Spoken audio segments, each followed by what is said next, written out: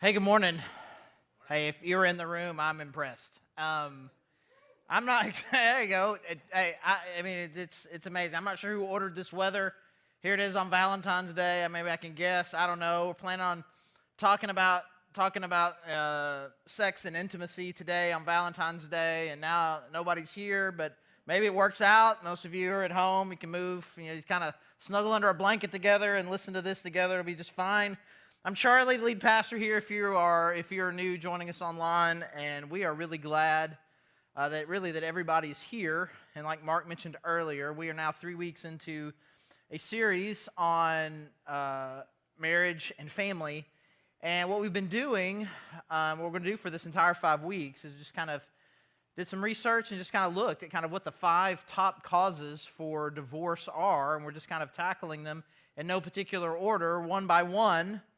Just kind of what are these big challenges and stressors that are facing marriage, that when people are asked, like, what broke up your marriage, what broke up your family, what are these things, and let's just tackle them. And we started 2 weeks ago. We talked about how extended family can be that kind of pressure, that it can be difficult to leave the family that you were raised in and really start this new family. There's just this constant pressure. And we need to be mindful. We need to be mindful of our relationship with our spouse and giving our attention and energy there. And last week we talked about money, which again I was surprised wasn't number 1, it was number 2. But money is a huge pressure, and it doesn't matter how much of it you have or how little of it you have. I mean, there's just a lot of pressure points about being on the same page, and how do we deal with stress, and having a very selfish attitude about money, even in the context of marriage. And if you've not seen either or both of those, and either of those is a pressure point in your family right now, I would just strongly encourage you to go back and look at those. Seems like we're going to have time over the next few days, and so I encourage you to do that. And so what we have been talking about in the context of both of those, and it's going to kind of just keep coming up every week, is this passage in Genesis chapter 2 that then Jesus repeats and emphasizes in Matthew chapter 19 about unity in marriage. Matthew 19, verse 4. "Haven't you read," he replied, "that at the beginning the Creator made them male and female, and said, 'For this reason a man will leave his father and mother and be united to his wife, and the two will become one flesh. So they are no longer two, but one flesh. Therefore what God has joined together, let no one separate.'" And so in that passage in Genesis 2, and what Jesus is saying here is like, man, this is the coming together of two people to become one thing, one family, one couple. And God is the one that has brought you together in marriage, and what God has brought together, no one can separate. And there's the idea, you leave and you come together, and now now we have this new family. Now we are married. God says you are one.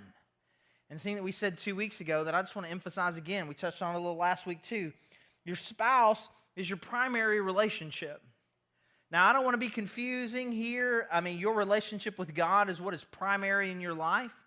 In fact, it is only through really allowing God fully and totally into your life, by allowing the gospel of Jesus Christ to come and transform you, to allow God's Spirit to come into you and develop you and transform your character from the inside out, is the only way you're going to be able to do any of these things that we're talking about. It is of primary importance that you have a connected, vital relationship with God. So when we say that this is your primary relationship, we're talking about it is with respect to other people, to your family, even to your kids, to work, to friends. No matter what it is we're talking about, in the context of marriage, that is your primary personal relationship with another human. Again, leaving God out, that is your primary relationship. And rather than, I think this thing that can happen is that very often we have our primary relationship, our spouse. They're the one that we know that we can count on, we can trust, that they are always there for us. And so we take them for granted. It's like I've got all this stress out here and all these things, all these challenges I've got to give all this energy to, and I don't have any left for my spouse, but I know that they're always there. And so we kind of take them for granted at the end of a stressful day, as opposed to making sure that that relationship is always and completely and totally strong. And then it is from there, we've got a great relationship with God. Things are good at home with my spouse. It is from there that then I can have the strength and the energy to live out these other relationships, to be a good parent, to be a good friend, to be a good brother, a good sister. And so we need to make sure that the strength of that relationship is what we use then to kind of build the strength of the other relationships rather than take it for granted. And so we talked about extended family, we've talked about money, and so today we're talking about the number one thing that was on just about every list. And the number one thing that is the cause for breakup and stress in marriage is infidelity. And I'm a math guy, and I got a person likes order, and you think, man, why would you do number one in the very middle of the series? Why don't you just do like a countdown? And I'm telling you, man, I really wanted to do a countdown. But then suddenly you look up, and one of the Sundays of the series is actually on February 14th. And we have the opportunity to talk about our sexual relationship with our spouse here a little bit on Valentine's Day. And now you add to the fact that most of you are home alone, cuddling on the couch. This is perfect. It's a perfect opportunity here. And so, so we start still with this same idea that your spouse is your primary relationship with other people. That's your primary relationship. And as such, as we think about sex and infidelity, I want to say this: your spouse is your primary relationship, and they should receive your best energy. Now, here's the thing. We could do a talk on infidelity as the number one cause for breakups in marriage. And there are plenty of places around, plenty of churches that if were decided that this was going to be the topic, it would be a very simple, straightforward sermon where we say, the Bible says that cheating on your spouse is wrong. Guys, don't do that. And then you just say it over and over again in different ways in varying degrees of anger and frustration and judgment and finger wagging. And then you think, I have solved the world's infidelity problem by telling you that it's wrong. I don't think that there's anybody out there that on the front end, I don't want to say anybody out there, people who are trying to strive for God's best for their family and for their own lives, who need to be convinced that infidelity is in and of itself wrong. I think that we know that, and yet, over 50% of marriages that split up will say that infidelity was a part of the problem. And it's not a question, again, for most of us that know that it's not wrong. But what are some of these root causes? And again, I want to start with this idea of that your spouse needs to receive your best energy. And if you were here we talked about money last week, or for our money series in the fall, I kind of use this illustration to say that too often when we think about our money, we go one direction, which is against what God wants, which is I spend until I've got everything that I want, and if I have any left over, I'll save for a rainy day, and if I have any left over from that, I'll save for the future. If I have any left over from that, finally, I'll give what's left over to God. But that God wants us to do the opposite, which is to say, I'm going to give to God first, save for the future next, save for emergencies next, and then spend whatever is left. And I would like to suggest a similar idea for what our relationship with our spouses need to be. Now again, for a lot of people, your most intimate connection and your most intimate time with your spouse is in the evening, which is at the end of the day. And so what can tend to happen is I wake up in the morning, it's stressful and I'm tired, and then there's work and there's kids and there's challenges and there's all these things that happen. And if at the end of the day, after all of the stress and anxiety that comes from work and family and friends and kids, extended family, everything, after all of this stress, if I have energy left for my spouse, I will give that energy to them. I will give them some intimate, connected time. But if I don't, I don't. And again, they need to understand, which is the thing I was talking about earlier, which is taking your spouse for granted. But the reality of it is that you need to make sure, no matter how long your day is, no matter how stressful your day is, I have in reserve, I have planned to save some of my best energy for my spouse. I am not going to allow the stress of my day. I'm not going to allow the loudness and rebelliousness of my kids.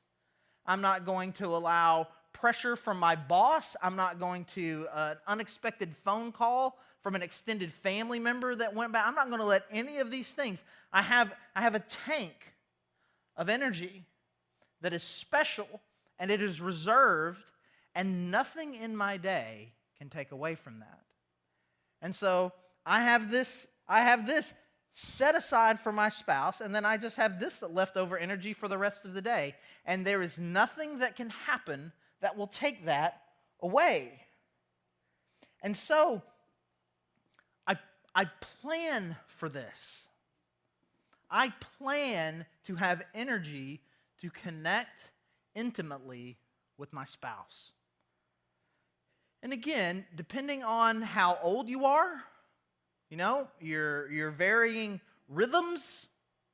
I'm not talking about every day. If we are talking about every day and you are still that young, congratulations. That's good for you. But we're not necessarily talking about every day. There's a rhythm that you have in varying seasons of marriage.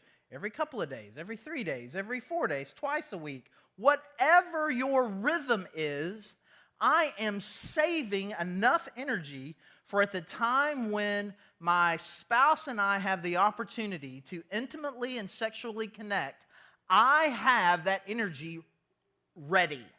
I have it. I didn't spend it anywhere else because that is something that I save for them. And so we're not asking you to have sex with your spouse every day, but to make sure in a rhythm of what feels like a good amount of connected sexual relationship, that I have enough energy to make sure that we're doing that. And some people, they want to know this, and this is one of the things that is we just don't ever talk about, like how often you're supposed to have sex. Like people don't ever want to talk about that. And the reason that you don't want to talk about it is that everyone is afraid that their number's too low. And so it's best for me to just not talk about it because some things we just don't want to compare to. And honestly, the comparison does not matter. Someone who has 2 kids, 3 kids, 4 kids, has been married 10, 15 years, who may be in their 30s and their 40s, compared to someone in their early 20s who just got married, there's no comparison there. It's not about comparison. It is about you and your spouse coming together and saying, what feels like a good rhythm for us? And you're probably going to come up with 2 different numbers, and these, again, we merge them into one because we are one, and we know, because we talk about it, because we experience it, what is a good, healthy amount of sexual intimacy between us in order for us to have a healthy relationship. We have talked about it and we experience it, and once we've talked about it and experienced it, then everyone makes sure that they always have the reserve energy that is necessary. But problems come up. And one spouse, both spouses, whatever, can't manage it, don't manage it. And suddenly, the rhythm of sexual intimacy that is needed in your relationship in order to just maintain a good, healthy, connected relationship, for whatever reason, whoever is at fault, it's just not happening. And if it's just not happening, then what do you do about it? And I want to make sure it's very clear. I kind of half mocked it earlier by saying that some people, when talking about infidelity, would just say, don't do it. Infidelity is bad. They would just say that and be done. But I don't want to get away from saying it. But I want to say something more, and we'll just start with this. If you're not receiving the intimate, connected energy that you need from your spouse, looking for it elsewhere is a sin.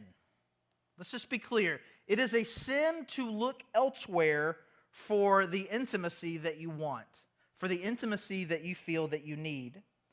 And there's plenty of verses in Proverbs that talk about someone who people who cheat on their spouse. I mean, he refers to the guy as an idiot. You're a fool. You're an idiot.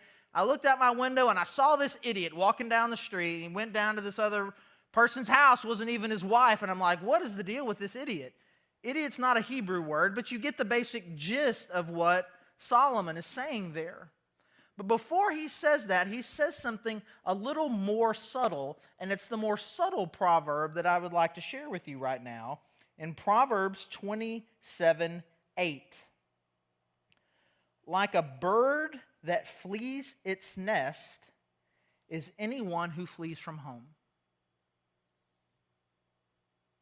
Now, he's not talking about going to work, not talking about going out to get the groceries, not talking about leaving your house to go get something, to go do something. He's obviously also not talking about a kid leaving home to go start his own home. Not talking about that.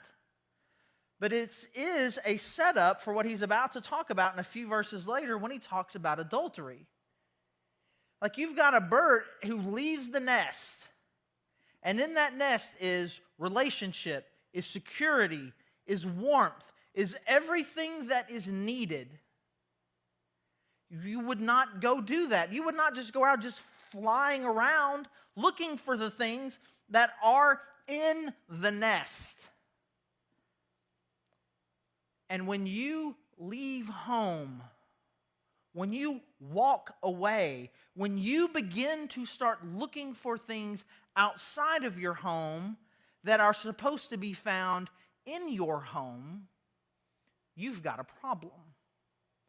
Long before there is any sexual contact, long before there is anything physical happening, the problem with infidelity starts.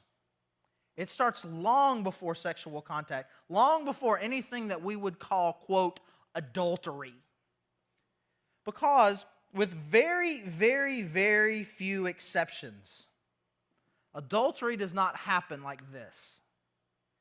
There is not a situation out there where there is a healthy, connected, intimate marriage where someone goes, you know what I think I want to do? I think I want to have sex with them. And for those in the camera, I'm literally pointing at no one because no one would need that level of awkwardness, right? I think I want to have sex with this person who's not my wife, who's not my husband. People don't do that. It happens over time. And it happens slowly. And it begins with this idea of, I need this connected energy from my spouse. I need this intimacy. I need this routine. And suddenly it's not there. And if it's not happening here, well, then I'm going to go look for it elsewhere. Or maybe not even go look for it.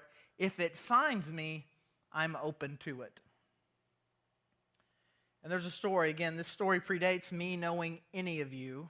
So I guess not any of you. I've known Mark for quite some time. This long before we were here in Fayetteville, I was doing a marriage counseling with a couple, and they were in crisis, and he was cheating on her, and they theoretically were trying to resolve it. Turns out he was actually not, but was playing the game at least for a little bit. And during one of the sessions, he just ghosted. He didn't show up at all. And so it was just me and her, and we were just talking a little bit about their marriage and her. And I was just kind of doing this thing that I always do when I talk about marriage, is kind of go to Ephesians 5 and talk about what it means to submit to one another and what it looks like, what a healthy wife looks like, what a healthy husband looks like. And I'm going through all of this. And at the point in which I'm describing the way that a healthy husband is supposed to talk to his wife, there was a flash, there was a moment in her eye where her eyes changed, where she began to look at me very differently than she had before, like someone who had not heard a man talk to her or say those words near her in a very, very long time. And she began to look at me differently. And there was a moment in my heart where I thought in that moment, oh, this is how it happens. Because if in my heart in that moment, let's say that I had not been getting the regular connected energy that an intimate connection with my wife that I wanted or needed, and I had a bad attitude and I was thinking things like, well, man, I can't believe my wife doesn't respect me. She doesn't love me. She won't connect with me. We're not having sex anymore. I feel like she doesn't even really care about me anymore. And then all of a sudden, in one very strange, unpredicted incident, this woman looks at me the way that I wish that my wife looked at me. And suddenly I'm thinking, there's probably more things that I could say that she would really, really like. And really all I'm doing is talking to her about what a healthy marriage looks like. I'm a pastor, for goodness sake. I'm counseling her. I'm helping her. And nothing's wrong with that. And it doesn't seem like he's very serious about this anyway. And so I need to get together with him again in a week, but he's probably going to show up. So I'll just have just her come again. The church is just kind of a very sterile place to do this. Maybe we should just have lunch. It would just be fine. And again, lunch is probably better than meeting at the church because it's open, it's public. We're just having lunch and we're just talking. And I'm just telling her what a husband is supposed to be like and how a wife is supposed to respond. And she's telling me what she thinks and feels about that. And it's all totally fine. We're just talking. We're just having lunch. It's harmless flirting. It doesn't mean anything. And these are the things that we say. You may want me to finish the stories like, bro, but what did you do? I panicked. Like, I got so scared, I'm like, oh, no, this is not good. Okay, well, this has been really good. So, okay, well, let's have finished. And so let's go. Yeah, so I got up, ushered her out, and I immediately called my wife, and I was like, I freaked out. And I promise you, I saw both of them again, but make sure nothing like that ever happened again. And I'm telling you, that's the moment when you have to kill it. You cannot go looking for it outside of your nest, outside of your home. And if it tries to accidentally find you, you say no. And you act really awkward and you usher it out and you make sure that you know and they know and everybody knows this is not happening. And there is no such thing as it's just innocent flirting. It's just lunch. We're just talking. And again, I'm not saying that you cannot have lunch with someone who that you work with or that is a friend. I'm not saying that. I'm not saying you can't talk to them. I'm saying you know the difference.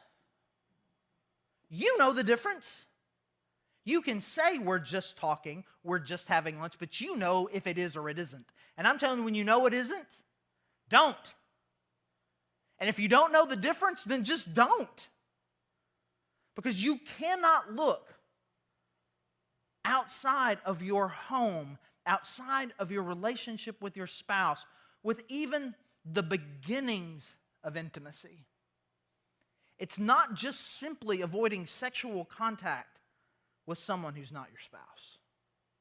I'm not even going to let the beginnings of intimacy happen apart from my spouse. And so, looking outside, looking elsewhere is a sin. And there's one more thing that's a sin, and this one's going to land a little different, I'm sure. That rejecting intimacy is also a sin. 1 Corinthians 7:5. Do not deprive each other, except perhaps by mutual consent and for a time, so that you may devote yourselves to prayer. Then come together again, so that Satan will not tempt you because of your lack of self-control.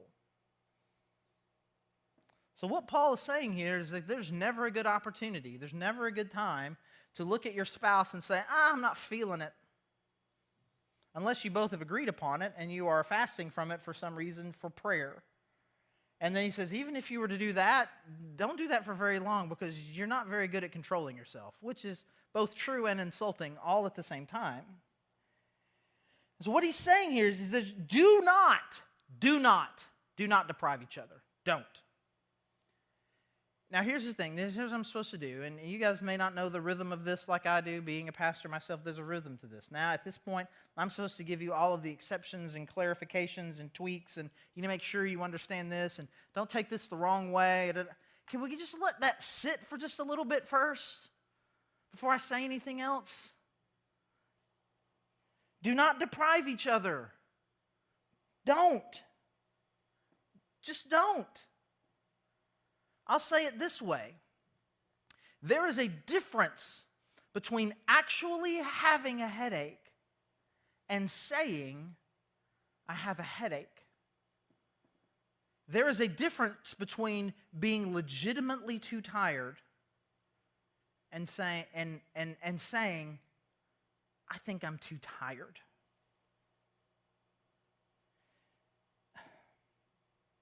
Again, if you are coming to your spouse saying, hey, I want you to gratify me, that's not what I'm talking about. I'm talking about rejecting intimacy. And you saying, I am feeling sexually aroused and I need you to do something about it, that is something, but it's not a proposal for intimacy. So that doesn't get to count. And I swear to you, and this would be more me speaking to guys, I swear to you guys, if I even hear a story of you quoting that verse to your spouse, I will come to your house. I'm not saying I'm going to murder you, but we'll get close enough. That again, using that verse is not a call to intimacy. That is making a demand out of somebody, and it is not what God is calling us to. And if someone ever did quote that verse to you, then of course you know the appropriate response is, let's pray. That's how you respond to that. I just want to say this. There is a difference when your spouse wants to connect with you sexually and with intimacy. There's a difference between you not being able to and you not wanting to. There's a difference between I really can't right now because of the stress of the last day, the last couple of days. I wish I could, I just can't. There's a difference between that and I just don't want to. And this idea of I don't want to is what Paul's talking about here. And I also want to suggest this, that too many I can'ts in a row is a symptom of a problem. I really can't today. And it's the next day, I really can't today. I just really can't today. I can't. And each time you mean it, you don't feel like you're rejecting them, but enough of those, and now we need to go back to what we were talking about earlier. Probably not doing a good job of making sure that you're reserving your best energy for your spouse. But if your spouse comes to you and says, I think it would be great if we connected intimately and sexually today, and you think, I don't really want that. I just want you to know that there's a problem there. There's a problem. It's a fixable problem. It's a problem that can be diagnosed and treated and fixed. It's fine. There's a problem. The last couple of weeks, I've kind of left it with, hey, here's some challenging questions that you need to ask your spouse today or tomorrow. And honestly, in the spirit of Valentine's Day and in the spirit of this topic, I would just beg you, let's not fight about this today. Let's just not. If you've already elbowed your spouse, I can't do anything about that in hindsight, but man, let's not fight about this today. If anything, let's just let this be a launching pad to, man, that's right. I need connected sexual intimacy with my spouse, and I need it regularly. Let's see if we can find a way to make that happen today. Let's do that instead. And let's wait till Thursday. Can we put it on your calendar right now? Let's on Thursday, let's ask each other some questions. How do you feel about our rhythm? Do you feel like you're getting my best energy? And ask those kinds of questions. But in the heat of all of this, and on Valentine's Day and all the weird pressure, and we're snowed in and we couldn't get away if we wanted to, let's not fight today. Let's connect today. And let's save our big picture questions that we have about the nature of our relationship.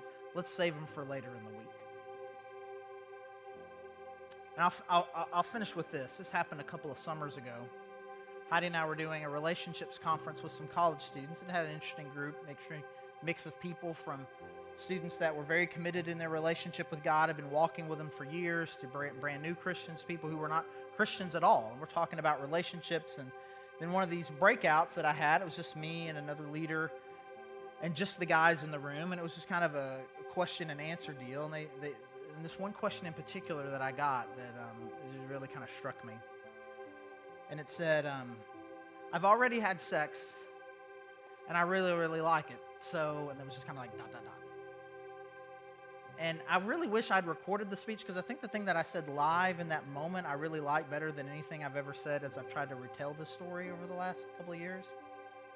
But basically what I said to him is like, man, you have not had sex. You haven't. You've had physical contact with someone of the opposite gender. You've had sexual contact. Your parts and her parts came together and you had a physical moment, but you haven't had sex. You just haven't.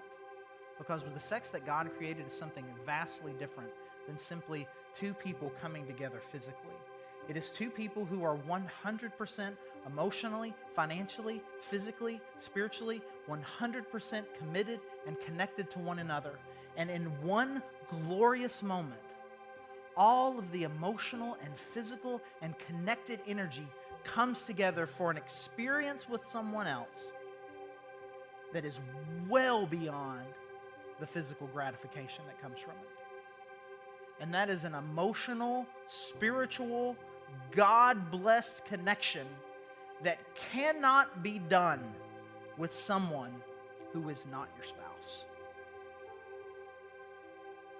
So you have done something, but you haven't had sex. It was an anonymous question, so I have no idea who it was. I have no idea how much I embarrassed him. But I say this: do not settle for whatever that is. Do not settle for it. Do not settle for a physical gratification. Do not settle for something outside of the nest. Connected spiritual intimacy is what God is calling us to.